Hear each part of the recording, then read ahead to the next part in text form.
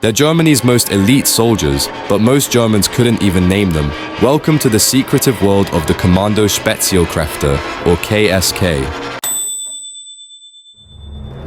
Born in 1996 after Germany's failure to rescue captives in Rwanda, the KSK was created to make sure that never happened again. Since then, they've been deployed in Afghanistan, the Balkans, and across Africa. But good luck finding the details. Their missions, classified, their operators, anonymous, their training, brutal.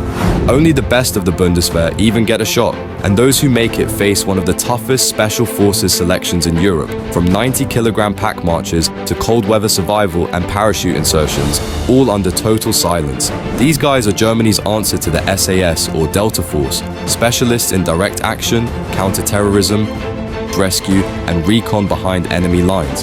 But they've also faced controversy, suspensions, internal reforms, even allegations of extremism. And while the unit has cleaned house, the secrecy only fuels the mystery. So here's the real question: is the KSK the most underrated special forces unit in Europe, or just the most unknown? You decide. So this is how you join the French Foreign Legion. They hand you a sticky note, like no shit sticky note, and they go, "That's you now."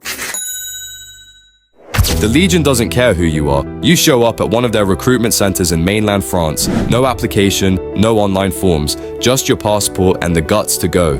Once you're in, you're put through medical tests, fitness trials, and interviews, all in French, by the way. And if you pass, you'll enter 4 brutal months of basic training in Castelnaudary, where you'll be pushed to your physical and mental limits. Forget luxury. This is the Legion. You'll run with sandbags, clean your rifle blindfolded, and earn your place every single day.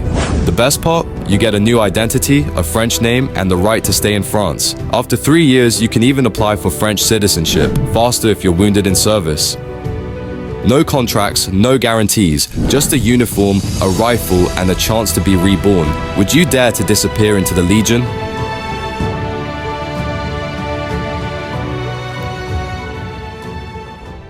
Before he was the hard-as-nails TV instructor, Billy Billingham was a real-life warfighting machine, decorated, feared, and forged in fire. But his story? It's darker than you think. Billy joined the parachute regiment at 17. He didn't just survive it, he thrived. Tours in Northern Ireland, the Balkans, Iraq, and then came selection. He passed SAS selection first time, 6 tours in the Special Air Service, bodyguard to billionaires and royalty, from war zones to protecting Angelina Jolie, Tom Cruise, Brad Pitt. But it wasn't always glory. Billy grew up in tough surroundings, fights, poverty, bad decisions. He was nearly jailed as a teenager, the military saved him, and now, he used that pain and discipline to lead on SAS. Who Dares wins, inspiring thousands and showing what true leadership looks like. Billy Billingham went from the brink of prison to Britain's elite, and now he's a living symbol of redemption through discipline.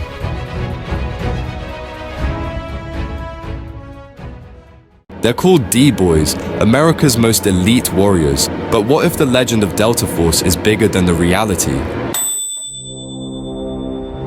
Delta Force, officially known as 1st Special Forces Operational Detachment Delta, is the unit Hollywood can't stop mythologizing. They're portrayed as ghost-like warriors who disappear into war zones and reappear with captives saved and enemies wiped out. But some veterans and critics say Delta's image has become untouchable, more brand than battlefield.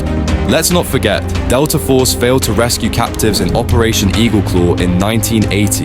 In Tora Bora 2001, they missed Bin Laden. And while they've had major wins, like the killing of Abu Bakr al-Baghdadi, those missions involved entire teams of intel, air support, and other special forces. So here's the question: are we mistaking media silence for perfection, or has Delta become a victim of its own myth? So elite, we've stopped asking hard questions. Because when you're surrounded by secrecy, no one sees your failures, but everyone assumes your greatness. What do you think? Is Delta Force the real deal, or just too protected to criticize? It's not the uniform, it's not the rifle, and it's not the boot camp graduation. So what actually makes a Marine a Marine?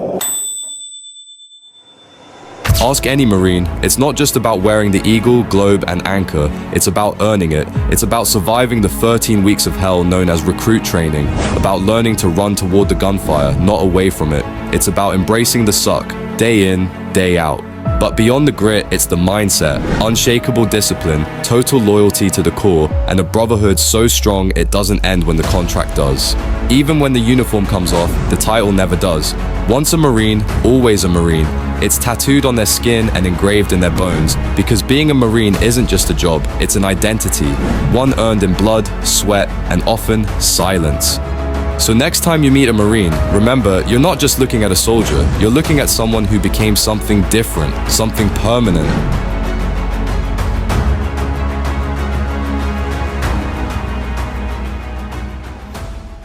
It's 2025. Would you join one of the toughest fighting forces in the world, the Royal Marines? Joining the Royal Marines isn't just about earning the green lid, it's about becoming part of a brotherhood forged in fire. These guys are leaner, faster, and more lethal than ever before. Forget the old image of cold beaches and heavy packs. Today's Marines are highly mobile, tech-integrated, and trained for everything from Arctic warfare to amphibious assaults.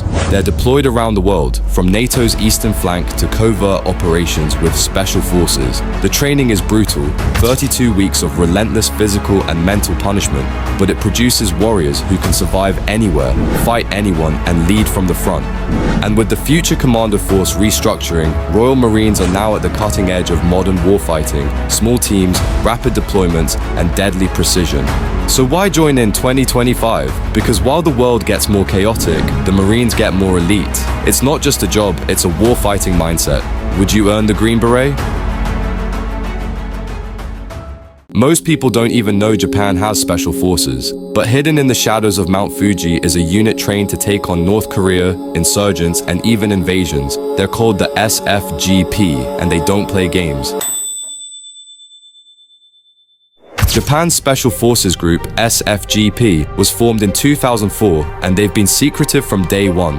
Why? Because their enemies aren't theoretical. With North Korea just across the water and China rising, Japan needed a real deterrent. The SFGP are trained by the US Green Berets and Delta Force. They study urban warfare, direct action raids, rescue, and operate in full blackout secrecy. Their training includes halo jumps, CQB, and long-range recon. And unlike Japan's pacifist image, these operators are ready to kill. You won't see them in parades, you won't hear about their missions, and most Japanese citizens have no idea they exist, which is exactly how they like it. If war ever comes to Japan's shores, the SFGP won't be the first to speak, they'll be the first to strike. Ask anyone in the British military and you'll hear the same joke. Rock apes? More like rock painters, but beneath the banter lies a deeper tension. The RAF regiment was created during World War II to protect airfields from enemy attack. They're trained in infantry tactics, they deploy to war zones, and they've taken casualties alongside army units. But here's the problem, they're not the army, and in the eyes of many squaddies, they haven't earned the same respect. Parachute wings without P Company, guarding airstrips while others kick down doors. That badge says RAF, and that's all some people need to write them off. But here's what no one talks about. The RAF regiment were in Basra, in Helmand, they've fought, they've bled, and while the banter won't stop anytime soon, neither will they. So, do they deserve the hate, or are they the most underrated force in Britain's military? Let me know in the comments.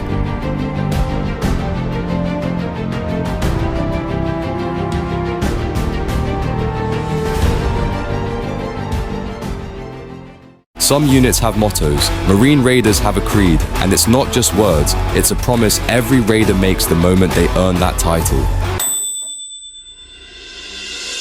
The Raider Creed is built on 5 core promises. First, my title is Marine. Raiders never forget where they come from. Second, my honor is absolute. Loyalty and integrity are non-negotiable. Third, I serve with humility. No ego, no glory chasing, the mission comes first. Fourth, I lead and succeed through others. Raiders are teachers and fighters, building up local forces when needed. And finally, my reward is honor. No medals, no fame, just the pride of living up to the Raider legacy. The Creed calls every Raider to be stronger, smarter, and deadlier, but also more humble, more disciplined, and more loyal than anyone expects. It's not about being the loudest, it's about being the deadliest professional in the room and carrying a legacy earned in blood across every generation of Marine Raiders. They're called Red Squadron, but within their ranks they have a different name, the Tribe. And if you're in the world's most elite Navy SEAL unit, you don't get a nickname like that for nothing. Red Squadron is one of SEAL Team 6's most lethal assault teams, specializing in counter-terrorism, captive rescues, and high-risk kill-capture missions. If there's a job that requires speed, violence of action, and absolute precision, there's a good chance Red Squadron is getting the call. The Tribe isn't just a name, it's a mentality. This is a tight-knit brotherhood of operators, forged through some of the most intense combat deployments in modern history. These guys don't just fight together, they live and train like a family, pushing each other past limits that would break most soldiers. With their signature Red Squadron patches and an unshakable warrior ethos, Red Squadron has left its mark on battlefields across the globe. And while most of what they do is buried under layers of secrecy, one thing's certain: when the Tribe is unleashed, the mission gets done. Want more breakdowns of elite units? Drop a comment, hit follow, and let me know who I should cover next.